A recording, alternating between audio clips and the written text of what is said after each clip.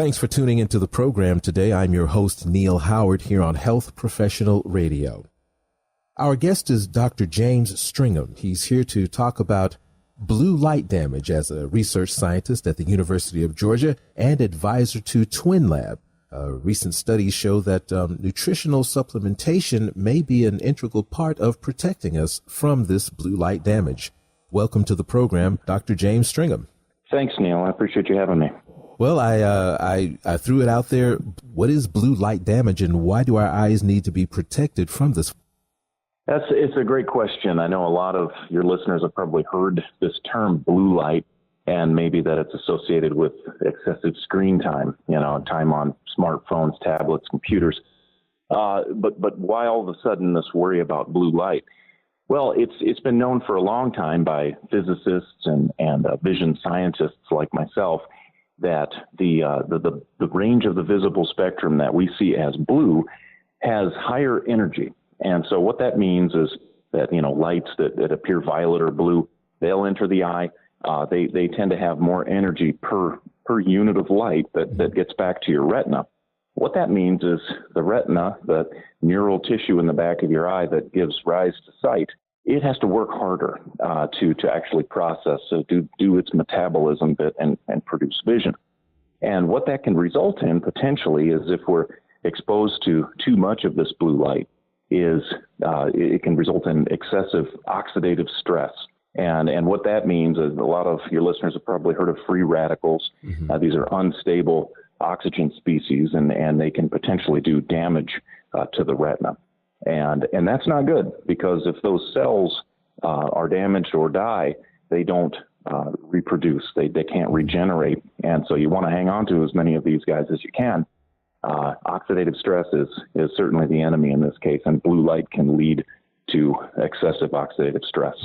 I'm going to go ahead and date myself. And I remember when computer screens were all this green on black type of display. And there was this concern about looking at that for too long. There was a concern about looking at television for too long. Now you're talking about the smartphones and the tablets and our laptops and whatnot. Why can't we just change the color of the screens that we're looking at? Or is this something that produces itself even in natural light that is dangerous to us? These are excellent questions. And yeah, for a long time, since this kind of technology has been around, and by technology, I mean, computer screens, television screens, they have used slightly different ways of producing the light on the screen. And, for a long time, it was, these red and green and blue phosphors that were mixed together. And I won't get into the details of that technology, but suffice it to say that, what we've got nowadays is more of an emphasis on blue. And here's why. The way that your computer screen or tablet, iPad, smartphone produces a nice, vivid white color, which we, by the way, love as consumers. It looks really nice. Everything looks really rich. The way they do that is they mix, believe it or not, a strong blue component with a yellow. Now, it's not like mixing paint, where if you mix a blue and a yellow, you get a green. Okay. In terms of light, you mix a blue and a yellow, and you get a really nice, strong white, which, again, we like to see. It makes things look really nice and sharp and rich, you name it. And so, what we've got now is LEDs, these light-emitting diodes that are really efficient. They can be made to be very small, and they can produce this wonderful-looking light. And so it's a competition between what we like to see and what's good for us. And so this is why we hear more about blue light, because there is simply more of it. And again, another thing is that, recent large population surveys have indicated that American adults, on average, spend nearly 11 hours a day in front of screens, whether they be, smartphones, tablets, computers, televisions. And I myself, as a professor, am in front of the computer a lot, writing, reading, etc. And so, but 11 hours a day, that's a lot. And so anytime you do, an activity for that long every day, there's got to be, some kind of concern there. At least you want to check it out and see if there's any kind of, potential for problems. And in this case, there is that potential. It sounds as if this blue light is the sugar of light. We like it, and it's prevalent. Is there anything within this light? I mean, it's obviously harmful to our eyes, as these studies are showing, and as you explained to us, making the tissue work harder, and I guess thereby damaging it, causing less clear or even no vision at all if it's extreme. Is there any component other than just the way that it makes things pop, for lack of a better term, on this white background physiologically that makes us want this light? Well, the sugar analogy is a great one, Neil. I think that's apropos in this case. We like it, and it, driven by our preference for rich color appearance. And so, we're supposed to see blue. There's no doubt about that. And, blue light by its physical nature has a lot of energy. So it's, why we prefer, the lighting in our homes to have kind of a daylight component. You've probably seen in stores, daylight in interior lighting. It makes makes woods look richer. It's more or less just a preference, a visual preference based on probably, the evolution and, our drive to see color, the way it's sort of supposed to look. And so, that's probably what's driving most of this. The issue here is that, not that blue is terrible for you all the time. It's blue, if it's at a high enough intensity, can do damage quicker. And then moreover, if it's, cumulative, if it's excessive and long-term, 11 hours a day for, 3 or 4 years, that cumulative effect can have damage. It can result in damage for sure.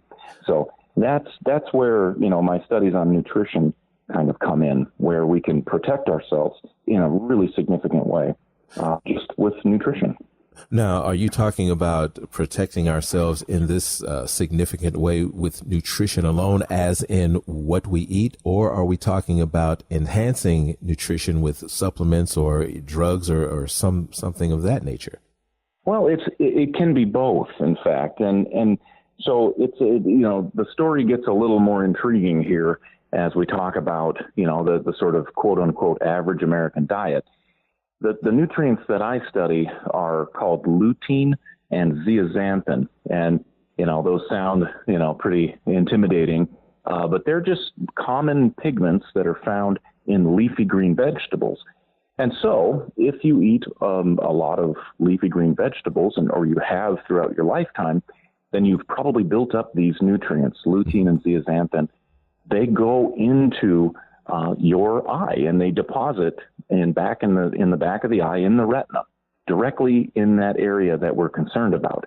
And a lot of this gained traction in the late 1990s when there was an association with increased leafy green vegetable consumption and a reduced risk for developing macular degeneration, which is the leading cause of blindness in America in those over 55 years old. So that's a cumulative, a disease that manifests as, in cumulative damage, exposure to blue light. So lutein and zeaxanthin are yellow pigment. They're exceptional antioxidants. And so we talked about oxidative stress earlier. They actually quench free radicals. They neutralize them. They stabilize them before they can do any damage. That's one thing. And also, by virtue of being yellow, they absorb directly the blue light before it can actually penetrate and do damage just with its high energy to the retina. Okay, so we're preventing the damage. Are we also reversing some damage that has already been caused, even though maybe slight? It can. Now, in terms of, people ask me a lot, and I've done a few studies on macular degeneration patients as well. They say, well, can we turn around vision loss? Can we reverse it? And again, like I mentioned earlier, in the case of photoreceptors or other neurons, by and large, once they're gone, they're gone. You can't regenerate new ones.